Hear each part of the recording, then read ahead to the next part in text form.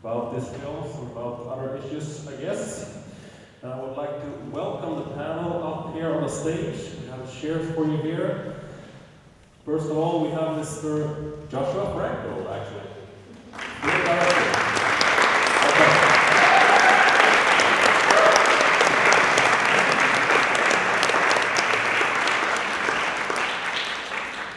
And we have also Biddle, Mural Artist, New York City.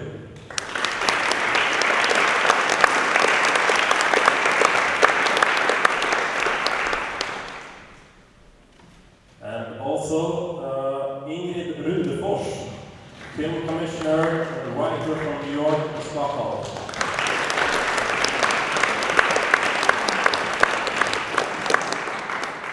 Ingrid, who is also has a book here actually for sale in the lobby.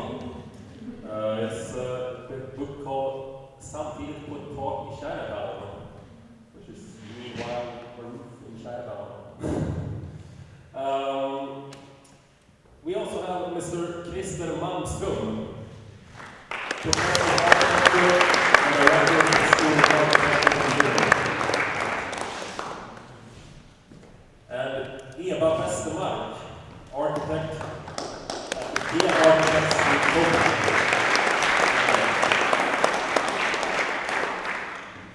And of course, the moderator for this panel discussion, the director for the Museum of Sketches, Mr. Patrick Amsellem.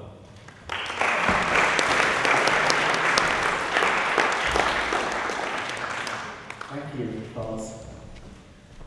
Well, it's wonderful to see all of you here tonight, and I think we can all agree that we share a tremendous experience in viewing these films, and of course I'm particularly happy to sit here with Joshua.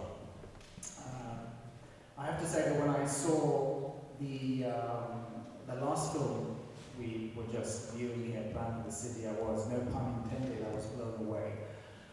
I think that your film is truly a masterpiece in the way that it combines the elements of the visual elements with the music, first of all, and the use of collage, which is something that I think you do in a very, very exciting way here. And if you think back to great architectural films, the one that comes to mind, I think, is the film Berlin, a great, what's it called again? A great symphony. City Symphony, yeah. A 20s film that also, in an extremely eloquent way, like yours, combine music and visuals. If you think about... I'm very sorry, I think we've forgotten one of the panel. There's one chair. Yeah.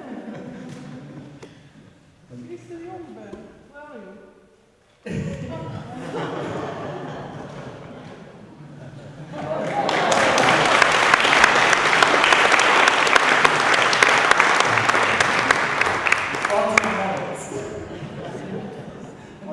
So we are complete. A panel that will be about the city, about biking, and about biking in the city. And we will try to combine these themes and really try to make use of all our experiences here in the panel. But let's just return to your film to start off with Plan of the City and the idea of collage. Because when I see this film, I think of perhaps my favorite moment in 20th century art history, even perhaps architectural history, the late teens and the early 20s, the Weimar Republic, and the use of collage by artists who, I'm thinking of Anna Herf and Paul Citroën, who make use of the image of the city to create collages that have this vertiginous feel where you move and you get almost lost. And the use of collage at this time was very radical. It was an avant-garde act. It had a radical impulse, and it came immediately after the end of World War I. with the idea perhaps of a hopeful future. So when I see your film and the way that you use collage and you use these buildings and often illustrations of these iconic New York buildings that we all recognize, that we all know, these beautiful renderings of iconic architecture, and create this extremely moving, in two senses, epic about a piece that starts out as a dystopia, but then perhaps ends as a utopia. There is a radical act also in your film. Would you like to talk about? Sure. Well, first, thank you for having me here. It's wonderful to be here as part of this film program and in this building and amongst this wonderful collection. The intersection of different things that are in my artistic interest that are happening right here in this space and time between architecture and film to start, and then a theme of bicycles on top of that, and then in a space devoted to public art. When another one of my practices is making murals with my wife, it's sort of making my brain explode. So forgive me if there are pieces end up on the floor. So a collage is really where the film starts in my mind in the process of making it. Initially, I think the idea of buildings rocketing off into space is the seed for the idea. And thinking about how do I want to tell that story, what aesthetic do I want to use, collage. I started to think about collage initially because I think that's how the idea exists in my head. It's sort of two different things pasted together. And then it helps that it's affordable. It helped, and then I started, because the more I thought about it, I realized that collage is the language of architectural proposals, and this felt like an architectural proposal for something impossible, which I really loved as well. I love, Klaus Oldenburg's proposals tend not to be collages. There's some here, one of the giants saw that I particularly liked, but often impossible proposals are collages, or possible proposals are collages. So it felt very natural in that way. Is it the radical aspect? I guess I don't know that I was trying to be radical so much as follow what I felt, and if that's radical, then I don't know. I wish it weren't. I wish it weren't. And that period is spot on as well. I had the opportunity to go to Shanghai for work while I was working on this film, or shortly before this film, and I was blown away by the buildings there, and I wondered if walking around there now was like what it was like to walk around New York when there was scaffolding around the Chrysler Building and that was going up for the first time. So in that way, some of my thinking is tied to all of these things that you said. It's also the idea of New York almost under siege. The dark view of New York, for those of us who were in New York during 9/11, that's what I feel. But there are many other things we can think of, situations that may happen and may not happen. And then the move to perhaps it's a different world, perhaps a better world. There is definitely a sense of reaching out, a sense of embrace of the other, and the film ends on this very positive note. So that to me is a kind of a political act.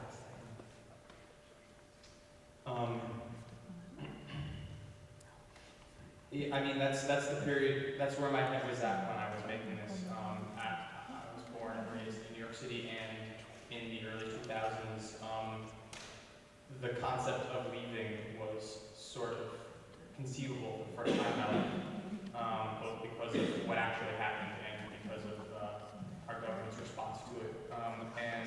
And so that is in the DNA of this film as well. Yeah, there's a fear of what's different and a proposal to celebrate with what's different in there.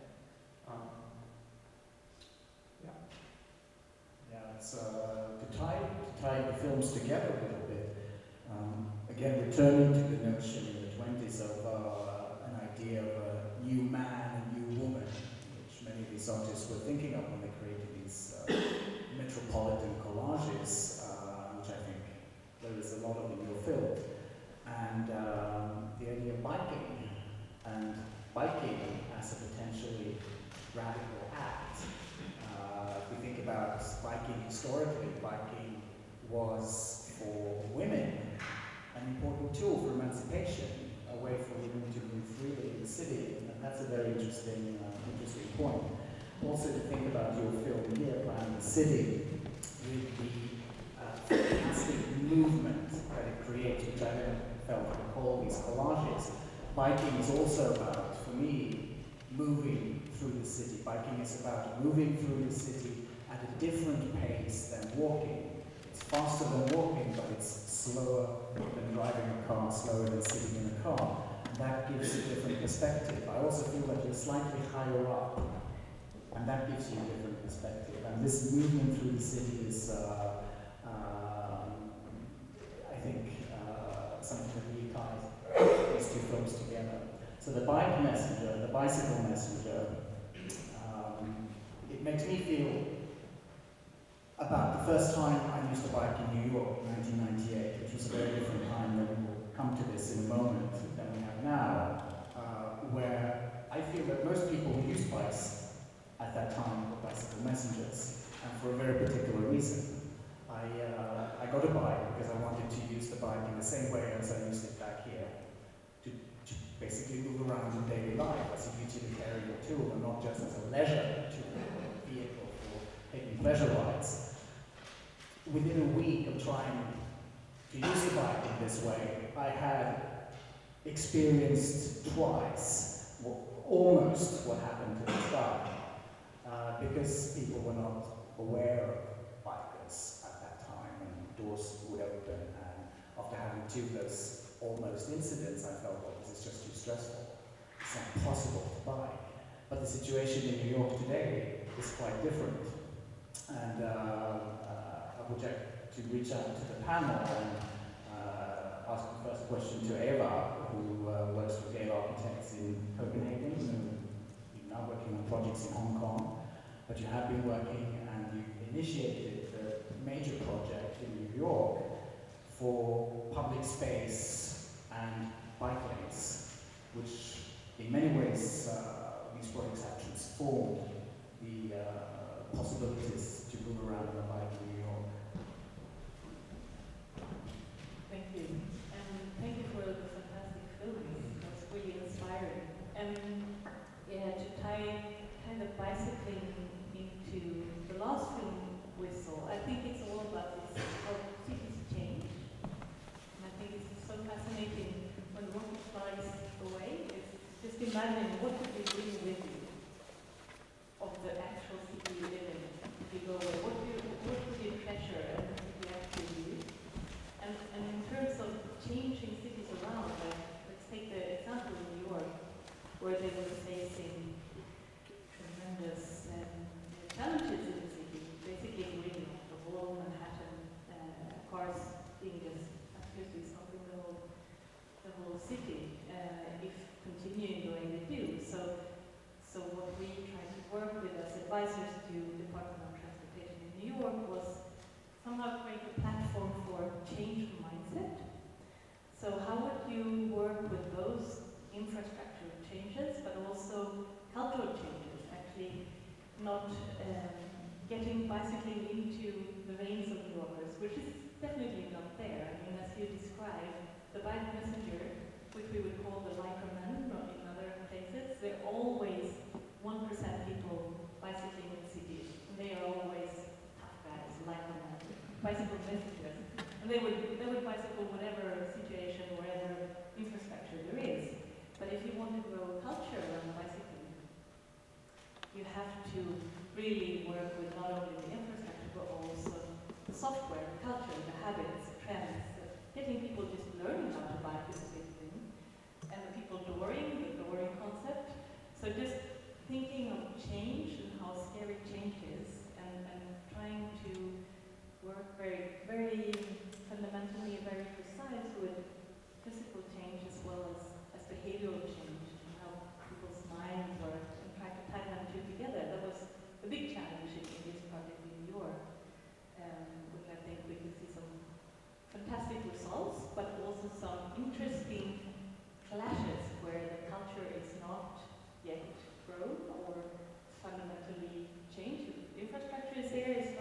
grow, lots of new bike lanes, some safe, some not safe, but then people still touring, of course, and some great incidents, some great, I wouldn't say great, but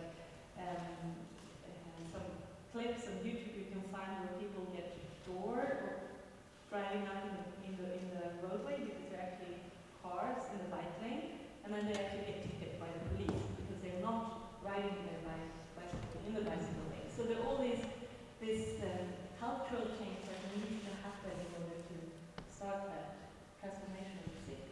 And I think your films shows that in a really fantastic way. the fear of change in this dystopic sense, but also some kind of freeing feeling when change actually is happening and you have to adopt, you have to find new behavior. That was really, really good. Did that, it wasn't really a question. Exactly.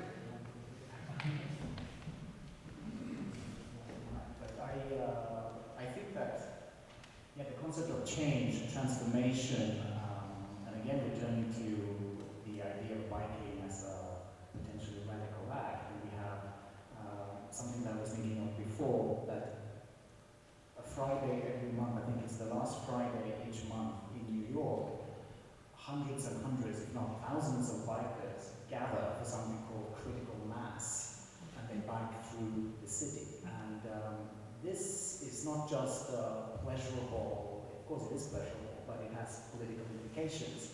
And the critical mass riders have been very carefully policed.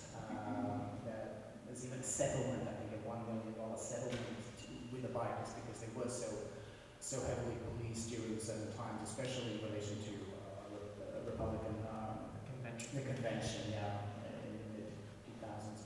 So that's one aspect of biking as a very strong force. Another aspect, of course, which I think we can link the other film we saw, Just in Case, to, is the idea of biking as something that is actually environmentally friendly. And as your film showed, that is also a radical force, at least in some, perhaps not so much in Sweden, but we know that in some parts of the world, other parts of the United States, the idea of environmental change is not an obvious sort of fact that everyone believes in other parts of the world. But if we then go on to think about biking as this tool, Krista, you are the CEO of a major company working with consulting for public transport. And what are your thoughts on biking and how do you consult in regards to bikes? First, also want to thank you for three very interesting films.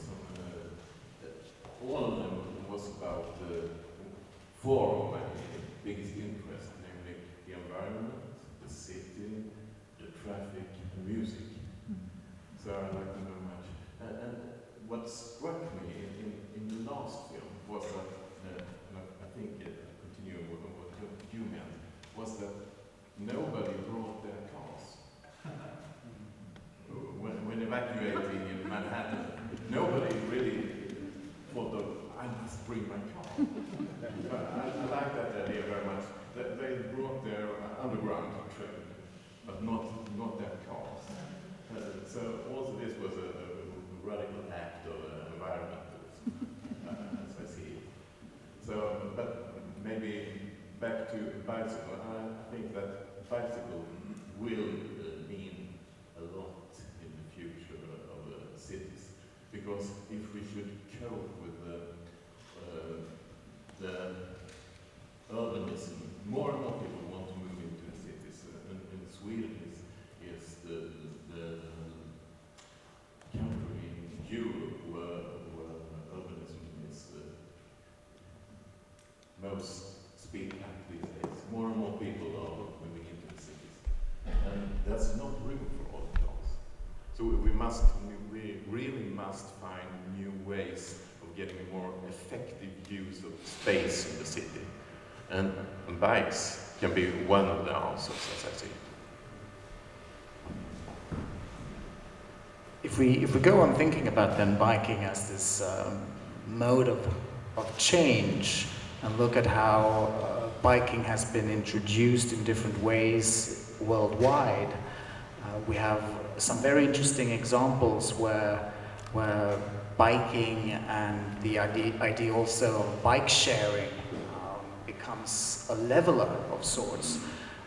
We have examples, for example, in Latin America, in Bogota, the Ciclovia project, where bike lanes, just like in Paris, opens up once a week on Sundays during the day, or actually the streets are closed for cars and open for bikes. And thousands, tens of thousands, hundreds of thousands, millions of people use the bike. And in a place like Bogota, with great social differences, it becomes a mixer of sorts, which is very, very interesting. And it opens up in that kind of situation also possibilities, the bike lane especially, a possibility for people in a place with lesser public transportation than we are used to here in Scandinavia and also in New York, obviously. It opens up a new means for people to move from one part of the city to another part, which also means that they can move from home to work in an easier way. So the bike actually becomes a potential for an actual change in people's lives, which is really interesting. Talking about here community and community engagement, I'd like also to ask you about the projects that you do together. You are actually mural artists. Murals, of course, are public art, and they are works of art that changes our experience of the city. And the way you have used murals in relationship to traffic and to circulation is quite interesting, looking at the discussion that we're having right now. Do you want to talk a bit about that? Sure. One thing that we talked about is murals being a transition scale. You're talking about cultural transformation from sort of car city to the pedestrian bike city. A lot of buildings in New York and other places have elements to them that are not scaled to pedestrians or bikers. There's these sort of great blank facades. Of course, we walk around the city, see as giant blank canvases. And we've done some part to fill those canvases in scales that are more pedestrian and more bike friendly. I think that sort of common thread that we were speaking about cultural transformation runs through all of our work. And we did one project in Indianapolis that was scaled at sort of 3 levels. It was along the columns of a highway underpass. There's a road that goes under an elevated highway. There's 10 columns along the road. And next to the road there's a bike path, which is used by pedestrians and bikers. So visually we were trying to create something that could be engaged with at a sort of micro level for pedestrians and bikers right up next to these columns, and also something that could be seen from the road, which has to be pretty simple and big. It has to operate on a number of levels. That was really fun to think about. And one thing that you got as a biker or as a car moving by them is that on these 10 columns, there's a rocket that on the first 5 goes up, and on the second 5 goes down. So you sort of create this little zoetrope animation by going by it on wheels. And that's extremely suggestive, I think, and also very efficient in terms of illustrating the movement through the city at different pace, since we move different pace through the city.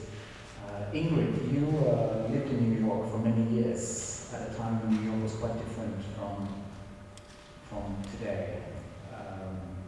Did you use a bike in the 70s and 80s? Very funny, because I was thinking, what the hell am I here for? Why are they asking me to talk about film and architecture, and then they're talking about bikes? I lived in New York from 1977 and on, permanently until 93, and then temporarily until now. I brought my bike from Sweden in 1986, and it was stolen the first week. I had several boyfriends who biked a lot before they had the bike lanes, and they were almost killed. So I haven't prepared anything about talking about My day job is to take care of large film shoots like David Fincher or whatever when they come and want to shoot films in Sweden. So I have actually prepared to tell a little story about why David Fincher shoots a special building in Sweden. So should I talk about that or bikes? What do you want? Okay, I have no bicycle stories about David Fincher. But I get, because I'll do this very quickly. It will take 2 seconds. You can handle that, I think. I think it's interesting with film and architecture when actually buildings can play a part. And you all have heard about a film called The Girl with the Dragon Tattoo, I'm sure. In Sweden it's called Men Will Hate Women, which I think is a much better title. So Mr. Fincher came to do his version in Sweden, and the film is set in the village where the evil people live are in the north of Sweden. And the really evil guy has a house where he has women in the basement. So Mr. Fincher actually had a very clever idea, which I think is a very clever way when you actually make a building, architecture actually become a part, becomes the star of the movie. He chose a building in the archipelago of Stockholm, which had all glass walls. You probably know about this building. So it's not in the Stig Larsson's book at all that it's glass walls, but he chose a building that has glass walls with the character that Stellan Skarsgård plays, which is the character who has the women in the basement. He lives in a visible building where everybody can look in to where he is, and what's in the basement you can't see. And I think this is a very interesting way of dealing with architecture and film. This is the only thing I wanted to say, and I have nothing else to say about bicycles. Surely you have some things to say about your experience in New York. It is theme after all, New York and bikes. We talk about the city as well as about bikes. What I can say is when I moved to New York in '77, throughout the whole time up till the year 2000, I was in a bicycle lanes, and everybody, all my friends who wanted to bike in the city almost got killed all the time. It was extremely dangerous. And sometime in 2005 or something, I came back and they changed the city. I don't know what I did, but they closed off Herald Square by Macy's, made it into a whole area where you can sit down, and they had bicycle lanes all over the place. People still almost get killed, but it was amazing. And then suddenly they did the same thing in Sweden, I think. I hate biking in New York. But one more thing and then I'm going to be quiet. What I really love about New York now, which is amazing, so I lived in New York, it's very dangerous. As soon as you got to the rivers, you almost get killed, especially by the East River. That's where they put, if you were a mafia guy, you put them in the river. If you wanted to buy the drugs, you did it by the river. Now you just actually bike around the whole island because they have these bicycle lanes, which is beautiful. It's, you can really have recreation by the river where you usually bought drugs in the 80s, as you know. Yes. So, we like bikes. One thing that I'm realizing in this event, in this panel, that I never realized, the bicycle method of this film was made before this transformation happened in New York, and at the time I was thinking about myth and about heroes and about how these people can do things that mere mortals can't do. They can get across town in 5 minutes, no one else can get across town in 5 minutes. And I never, it hadn't occurred to me that New York would turn into this place where I was biking every day, and so were so many other people, and it changes the relationship to the bicycle messenger is different when you're just stopped at the red light next to him. And so that film has become very much tied to its time, since the city around it that is also a big character. That film has changed so much, and I didn't know that till just now. No, I think that's a really, really interesting point about the film. The culture of these bicycle messengers. And when I saw the film on the small screen, I didn't catch some really, really interesting details of the film. And seeing them now for the first time, the films and this film now, on the big screen, or a slightly bigger screen, I could see that you created this sense of recognition between the bicycle messengers. They may not know each other, but there is this, they look at each other, they recognize each other, and they move on. That they belong to the same group. And they fight the city together, and they play it because that's what they do. also. They play with the drivers, the car traffic, and there's a real beauty in creating those moments of recognition between the messengers, I think. It's really wonderful. If we think about then the extension of what we've been talking about here, and biking as a tool for transformation, for transforming the city and for transforming the way we use the city, and go on to talk about the future of cities, the future of the way we live in cities. Christoph, would you like to address that? Very small question. First of all, I need to put on a perspective which comes out from our own countries and our own culture especially. So I think we are quite similar to nations and just us.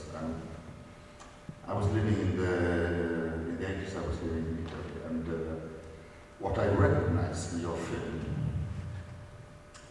is a kind of thinking and discussing things that are really serious in one way, but in a very humoristic way.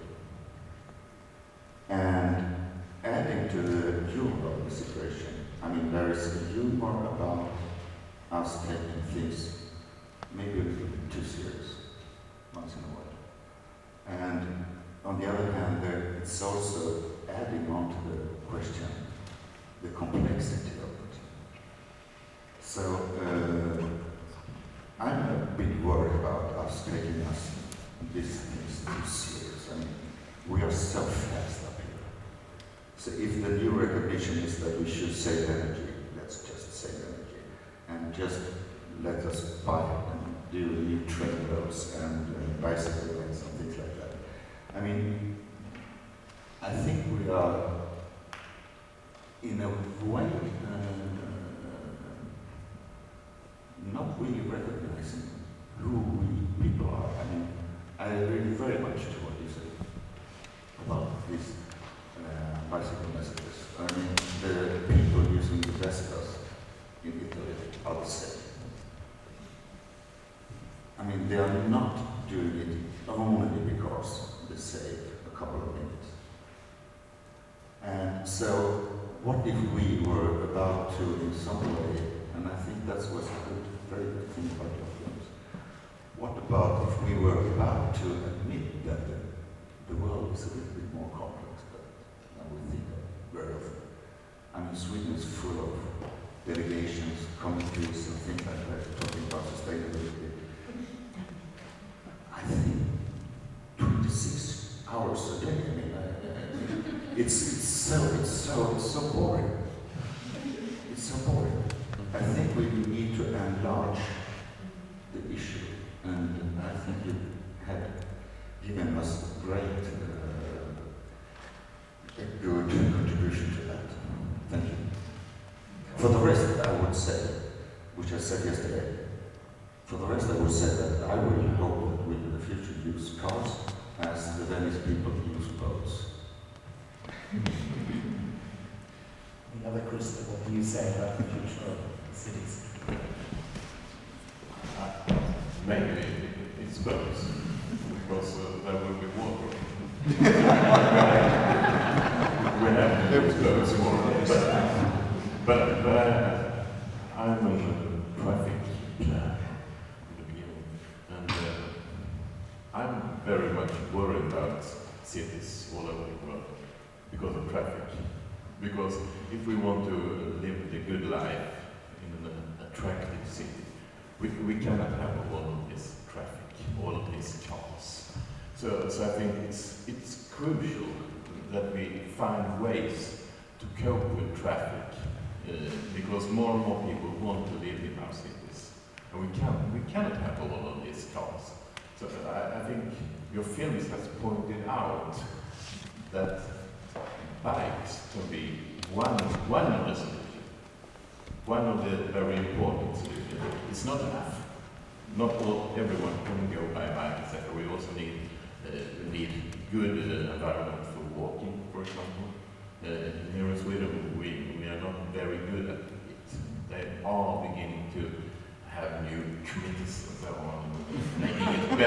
pedestrians and so on. So that's the first step, at least in Sweden. We're better at doing it like you do. But also we need better solutions for public transport and so on. So I also agree with Crystal that it's a little bit boring just talking about it. Doing it in your way and showing it in this fantastic humorous way. I think it's a great way of showing us the way a city could be. Those utopia cities on Mars and so on. I like it very much. I just want to continue the thought of boring committees and long planning and how to change the world around. That's very heavy on our shoulders. And what I really like about how New York have approached this change, which is really just finding windows of opportunities. So here is a space we can actually reclaim for people, and you just provide the space and life can unfold, whether it's bicycles or people sitting or doing the New York life, or just making that happen. But the approach, I think, is interesting. So it's not about finding out exactly what we need to do and do it right from the start and do it with committees and plan for many, many years, but what they do is just test. So everything we see, when you talked about the Herald Square transformation, it's all pilot projects. Everything is temporary. So they just say, let's try this, let's see how it works, how do people use it, and let's, if it's a success, we make it better, we make it into a capital project, we put concrete, but from the start it's just paint on the ground. I mean, even, I think, 80% of all the new bike lanes are just the painted lines on the ground. You can criticize it because it's not safe and etc. But still, it's just an approach of saying, let's do it now, let's find opportunities, try it out, let people's behavior change incremental and not like all the preparation and do it top down. So I just think it's a very, very good approach to change. As I lived in New York from 77 and through the 80s, which was a really bad period in New York, when it was so dangerous and it was so bad and it was so you couldn't even walk in the East Village, you could definitely not walk by the rivers. I think what they did was a very clever thing, which is what you started saying. They reclaimed the areas and they made it possible for people to actually use it by doing simple things like cleaning up the basketball field, like making the bike lines. So suddenly people could actually use it, and when people, first the gangs start realizing, I can bike here. Then the regular people can realize you can bike here rather than rob people. And then suddenly the areas are slowly becoming, as an experiment, becomes a safer area. And it was something that happened quite quickly, which was amazing, I think, by just making it into what it should be. Instead of being the place where you go and rob people and run bodies in the river, you bike, where you play basketball. But I think now we are beginning to talk about serious things in a very good way, because now it's not about sustainability, now it's not about saving energy, now it's not about moving from one spot to another, it's about life. Thank you. I just would quickly add, I have properties for the mother who went biking to school on the back of her bicycle. Perhaps that was part of it, but I think that we're a panel of sort of hopeless optimists. I don't think that any of us, facilitating cultural movies and making movies and architecture and all this, none of us would do this if we didn't believe that it would make a difference and that anything was possible to change. I think we're celebrating the history of that change and transformation. But it's very curious to realize that, because it is sort of daunting to go into this sometimes very serious seeming world. So a question to all of you, are we too optimistic? No, because we've seen things change so much. Exactly.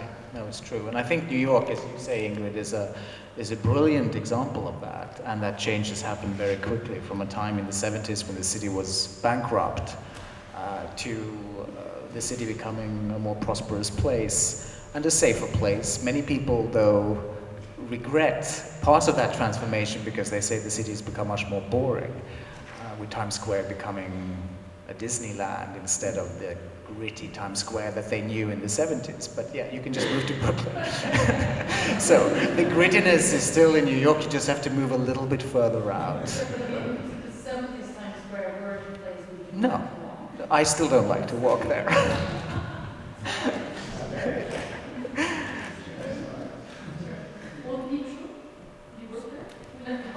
I did not work at the peep shows, but I passed by them. I watched, if I saw Taxi Driver with Robert De Niro not so long ago, and there was a taxi depot in that area, and I see these stores that I remember that have now been replaced. I'm like, oh, I remember that. Well, that was me. I was a kid. Do it again. One thing about the bike lanes, this interesting thing that is happening in New York is they are knitting together neighborhoods that previously weren't interacting. And there are arteries that are being created for people on bikes that were, maybe they were arteries a long time ago, but they haven't been recently. And sometimes you have, young, hip people from one neighborhood biking through a very religious community, which will complain about, how short the skirts are of the people who are passing through. And there's friction, but it's great because they're interacting, and that's one sort of, way that New York is changing for the future because of them. And then, another thing about it that I've thought recently is that as a biker in New York, and I struggled with this. I don't know too much about what it's like here, but the cyclists need to start obeying the laws more. And there's we're consider ourselves the progress and the change and the betterment, but we can't do it unless we stop doing things that we're used to doing, because otherwise we make too many enemies. And the person you cut off, and the car you slow down is going to, that's like someone in the mayor's office who's going to stop the next bike lane or something like that. Just an observation, I guess. No, I think you're very right. There's a difference in the way that in New York we follow laws and here we follow laws. In Sweden, I think very few people would cross a red light biking. You would cross the red light walking, as we do in New York. But in Sweden, we don't really cross a red light biking. 1,000 krona. It's expensive. Yes. It is expensive in New York as well, if perhaps you find. But I would say that most people on the bike in New York, including myself, will cross the red light biking. And that's a fact. There was an interesting story on the radio, just very quickly, in the past year, there have been about 25,000 bike tickets handed out by city policemen in a sort of effort to curb that, and a sort of Giuliani-esque, strategy of fixing the broken windows. And you'd think that they would be for running red lights, but we speculate that maybe there are only a few of those because the police can't catch them. But most of them are for riding on the sidewalk, which I think is in this sort of cultural transition. People bike on the sidewalk in part because there aren't any cars on the sidewalk, and it feels sort of safer. It's less safe for the pedestrians, but yeah. Just to comment on what you were saying here about safety and it's safe to ride on the sidewalks with your bike, but we see that in Lund too. Lund is a biking city, as you've noticed, and thousands of students, thousands and thousands and thousands of people ride their bikes every day. Many people on the sidewalks. But New York, I think, is worse. There is a bigger danger in it. And I let you speak first, Eva, and then come back to the issues. I just wanted to link to the first little thing we saw about the invisible helmet, which I think is fantastic. It was actually a week ago an article in the New York Times about bicycle helmets. And this, I think, illustrates so well how cultural behavior has to go hand in hand with any physical change. And the article discussed some things that we know about bicycling is that cities like Amsellem, for instance, they do not enforce the helmet.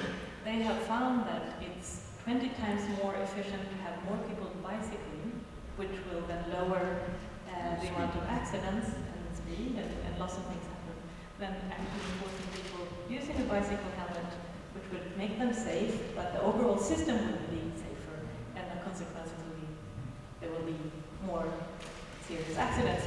So this culture of just, putting on a helmet, how that affects us as people, and how that also illustrates to others, it's dangerous to us. And it all comes together. So, I mean, this invisible bicycle helmet, I think, is such a fantastic innovation that did not just conquer some of the elements we have in our behavior and how we want to act, but also conquers the fact that we need to. So, we also know that if a car driver overtakes a bicyclist, if they're wearing a helmet, they go much closer. So we are into doing a research project together with Hövding and looking at if you're wearing this invisible helmet, maybe the car drivers won't do that. So it will be better to do it ways. I think that we reached this moment where we talk about safety, which I think is a really interesting moment. On the Gehl Architects website, it's quoted 63% decrease in traffic injuries and 35% decrease in pedestrian injuries in relation to the project that we've done in New York, which I think is remarkable. And we talk about not just about biking, but about ease of congestion and the way that your project create different kinds of circulation for traffic through the central Manhattan. If we think about bike lanes then, and the main two varieties of bike lanes, the bike lane that is actually a separate lane, that is completely separate from the street, and the bike lane that is just part of the street. I feel biking in New York, and when I bike on that little, whatever it could be, like a 1.5 meter wide little stretch, painted, as you said before, on the side of the road, and you have parked cars on the other side, I don't feel particularly safe. What are the statistics in terms of accidents compared to, I don't know the statistics. I mean, every city, New York is especially harsh for people that do bicycle. I think that the painted lanes, they do a different job. They tell people in the city that there's something happening, and we want people to bicycle, but still you have to be pretty bold to ride on those. What we can see is cities that, for instance, an example from Vancouver, they had 1% like cement from the start, and they put in lots of bicycle lanes and painted ones, and they got the numbers up to 5% commuting.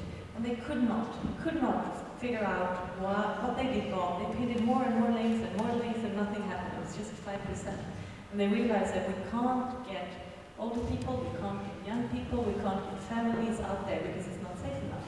So not until they started doing these protected bike lanes, near parked cars or the different styles, they started to raise that percentage. So if you want to create a democratic bicycling infrastructure system, it has to be safe.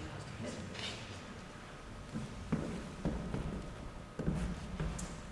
I would like to ask all of you, perhaps as a final question, what is your position on helmets? Do you wear helmets? I do, but I'll be Googling the invisible helmet as soon as I get home. Same. I don't wear helmets, but I want my daughter and my boyfriend to do. I don't ride a car and I don't ride a bicycle, so I do these covers. I wore one in New York. I don't wear one at home. I do the back. And as Eva, I wear one in New York sometimes, but I don't wear one here. Shall we open up for the floor for questions, remarks, discussion topics? What are beyond the bicycles?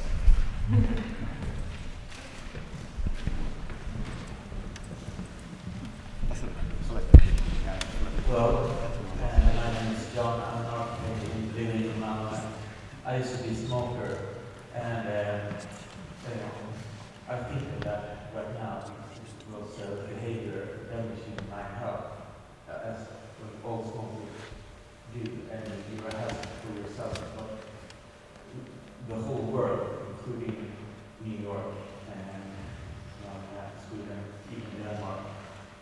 changed in our behavior. Now we're thinking of the hazard we are making the other people, or what we do to other people's health, so we're not smoking. And this just went so easy, with the smoothest radical change in behavior. And if we treat driving cars, we say like non-driving generation, think about treating that issue in the same way, because driving a car is in a city, you are guaranteeing the health for the people living in the city, whilst you're living outside the city, polluting for someone else. I mean, just an idea in my mind.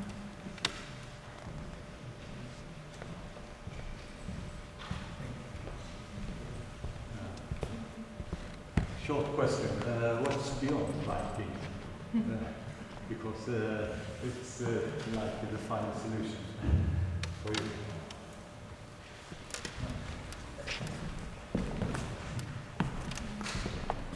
I don't really know what's beyond lighting, but I think that in the future city we have to create cities with a better accessibility, which means shorter distances, etc.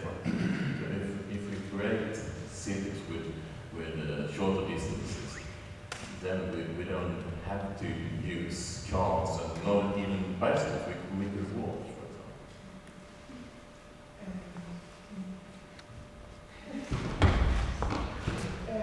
I was recently in New York, and there we went, it was the High Line, you haven't mentioned it, but it was a way of reclaiming all the railway for people walking, and everybody was so happy that there were so many people using it. It was like theory for them, and maybe one could reclaim it again, the city, in that way, which is humorous and people love it, and they rediscover how nice it is to walk. The highlight is beautiful. One thing is explain what it is. Okay, so it was in a neighborhood that was originally industrial with a number of large factory buildings that had an elevated railroad that went between the factory buildings and through some of the buildings and ended in a rail yard maybe on 34th Street. So it was an industrial means of transportation only, just by rail. And then it was abandoned, and people, you know, like Josh's dad used to jog on in the 70s, but totally illegally. And then it was just abandoned, and then there was a movement to turn it into an elevated park.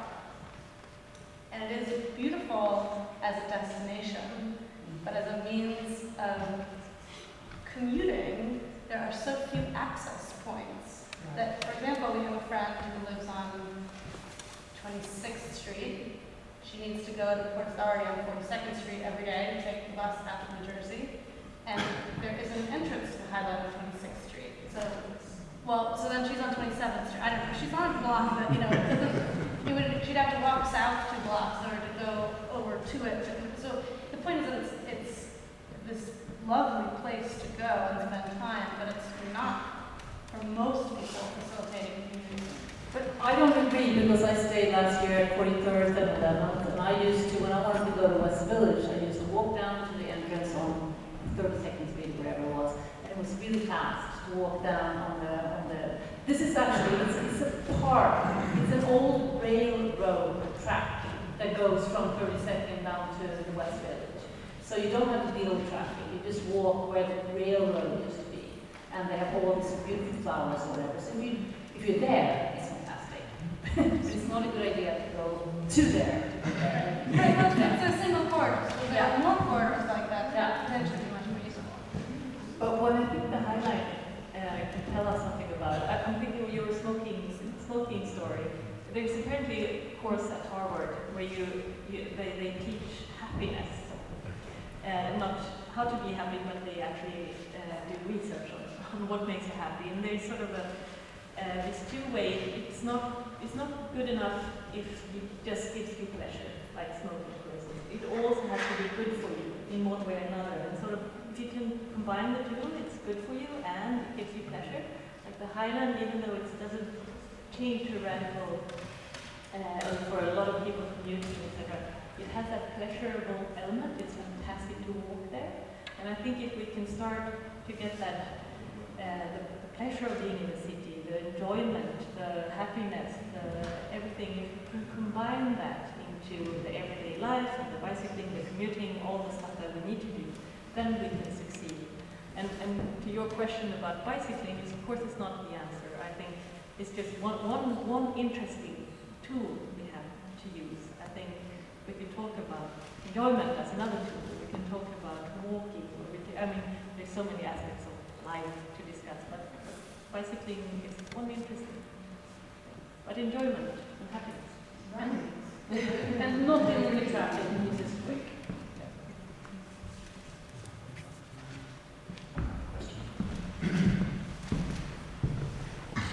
Hi, my name is Erik, and I'm a civil engineering student here in Lund. About this thing with the bicyclists getting a ticket when they drive on the sidewalks. Obviously, we have a problem with this in New York or here in Lund. But I think there must be a better way than finding these people. There must be a better way of solving this problem. And one of you would like to.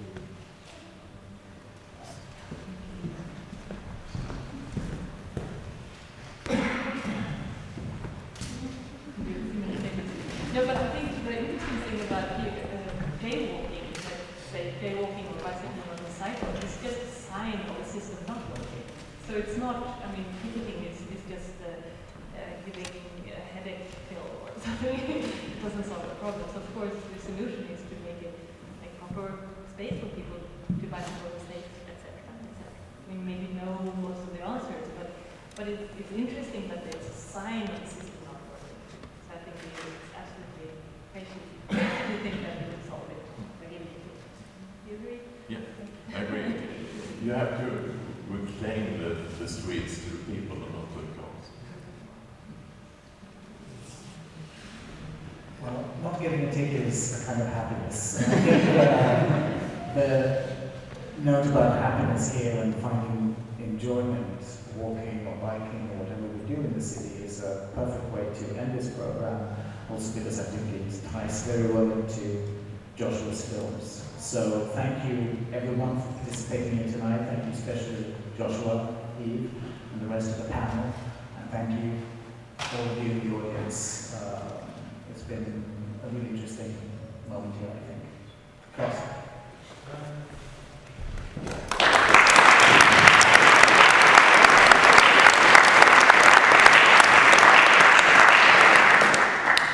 Yes, ladies and gentlemen, we have actually reached the point in this evening which we consider to be the most important and most exciting point of this evening, and the most exciting point the whole festival actually, which is of course the award for Best Architectural Movie of 2012, which is called The Golden Bough or The Good Organ, which is, as you heard before, the heaviest prize in the film world, actually.